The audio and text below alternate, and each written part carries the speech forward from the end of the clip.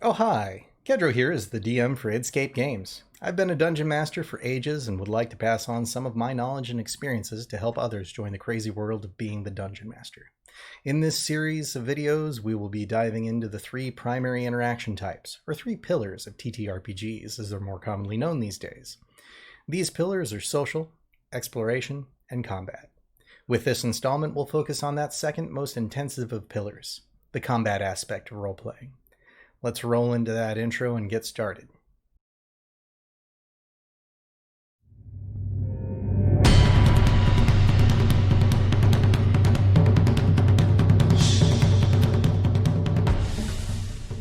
Greetings, DMs, players, murder hobos, and any others interested in learning more about Dungeons & Dragons. Welcome to Id Scape Games, tips, tricks, and tutorials. Here we will discuss ideas, theories, and good practices for practical and fun DM use in the everyday D&D campaign.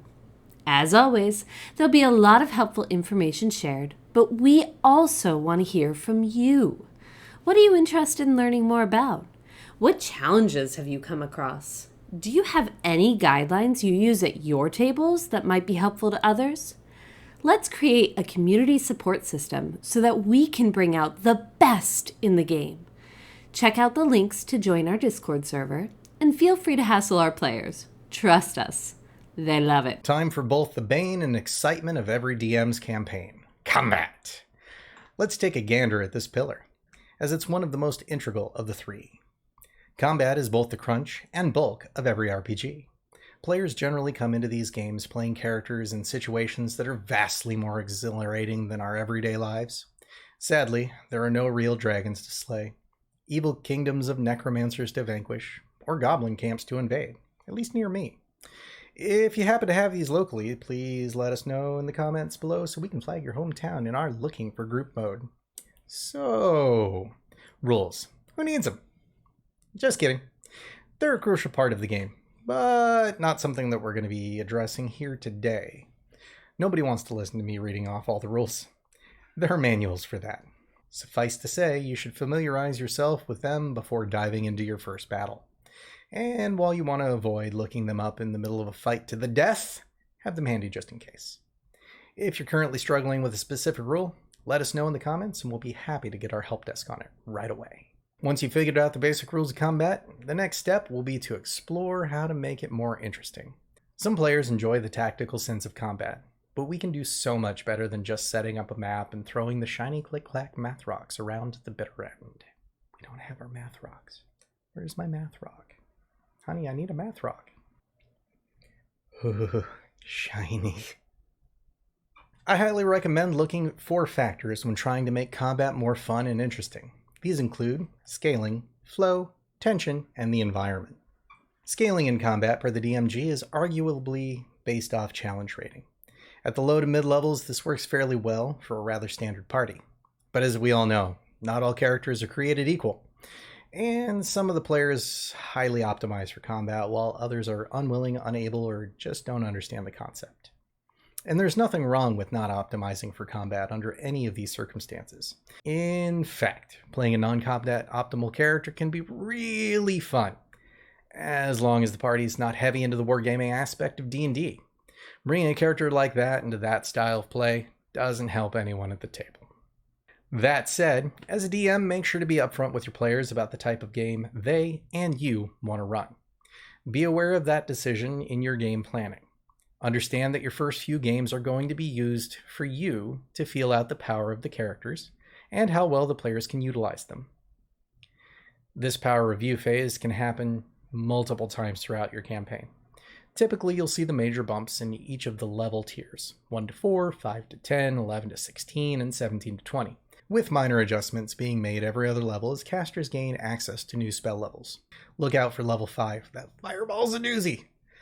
Unless you roll fireballs the way I do, minimum damage every time.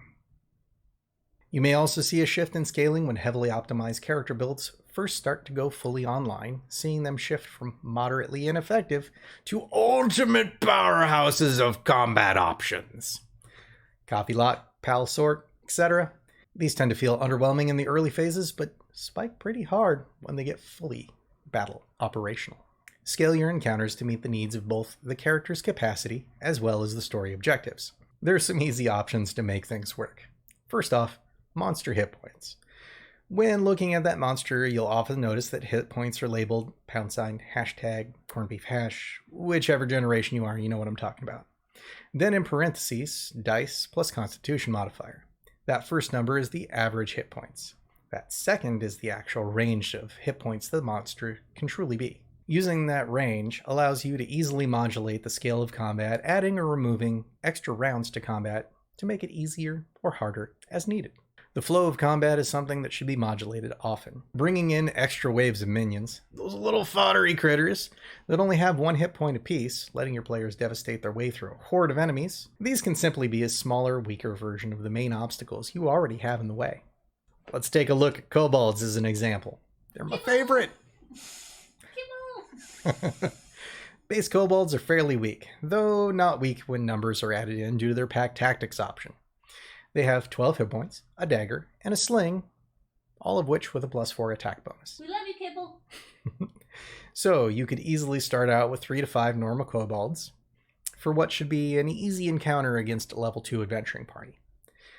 Given that kobolds tend to live in caves or dungeons, we won't worry about the sunlight sensitivity for this example. So we will start off with using the real kobolds in the background.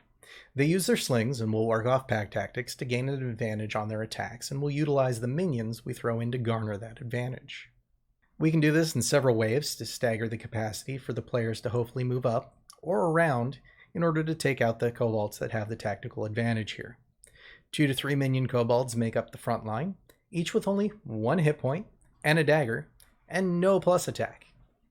Relatively weak in comparison to the already weak kobold statistics. These provide a target-rich environment for players to hack and slash their way through. At the top of every round, have any minions that have been defeated come back in as an additional wave coming in from another chamber. This puts the pressures on the players to keep moving. Once all the real kobolds are down, the waves stop. Each round the players will have added pressure of the kobold forces being topped up, save for any of the main kobolds that have been defeated. This pressure is felt in character, as they seem to face a nearly endless onslaught of kobolds. And mechanically speaking, the action economy is heavily in favor of the NPCs. Though you will need to be a bit careful with this tactic, as too heavy a swing in action economy against the players can end up doing far too much damage and eventually TPK the party, especially if they have a run of garbage dice luck and are unable to hit those minions.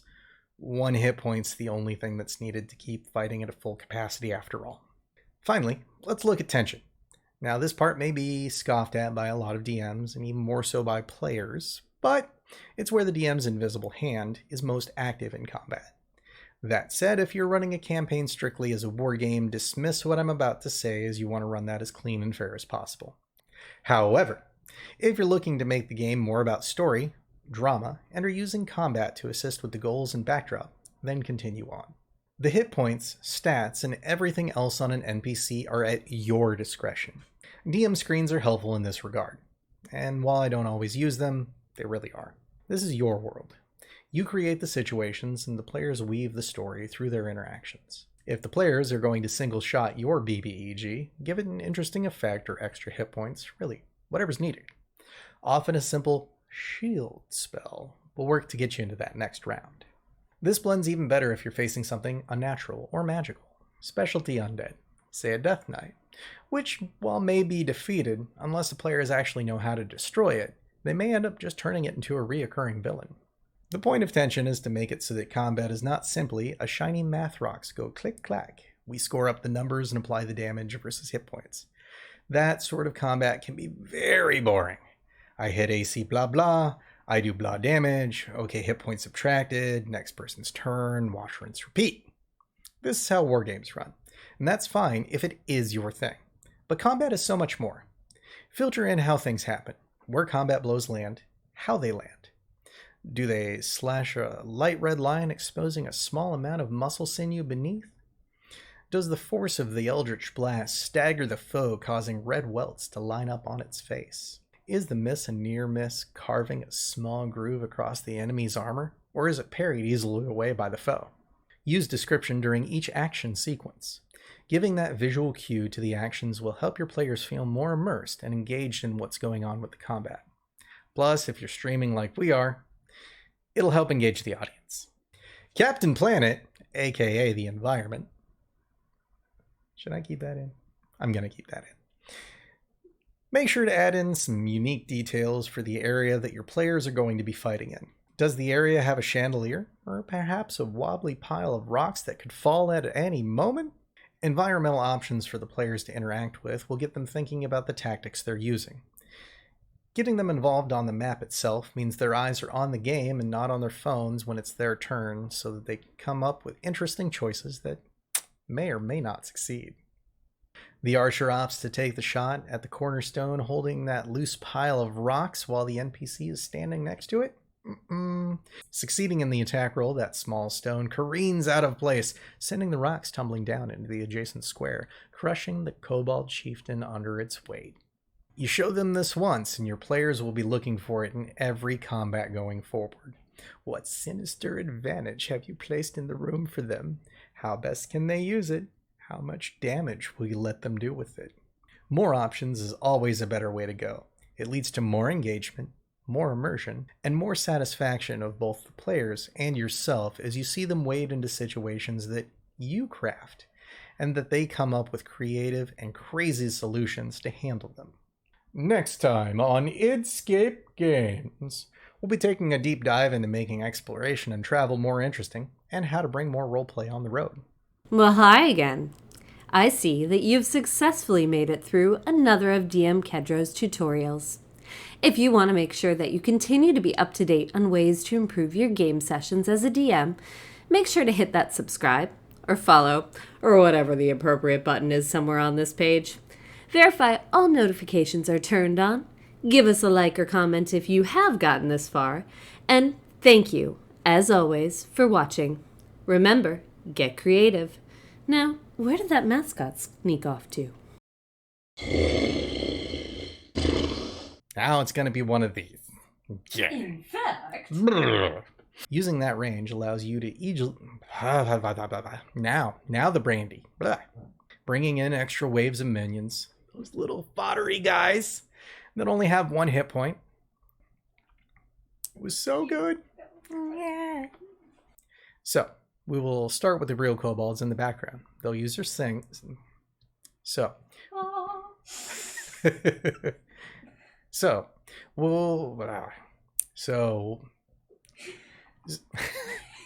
The laughing isn't helping. You're not helping. Stop laughing. No laugh. Laugh bad. Okay. However, if you are looking to make a game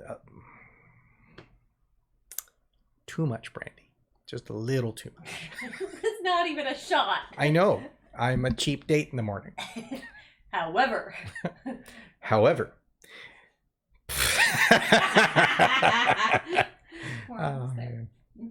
Yeah, we're doing really good. However, if you're looking to make the game a bit more about story, drama, and are using the However, if you're looking to make the game about... However, if you're looking to make the game more about story, drama, and are using Water? No. Go ahead. Drink your drink. Smoke a little smoke. Get down tonight. I don't smoke. Get down tonight.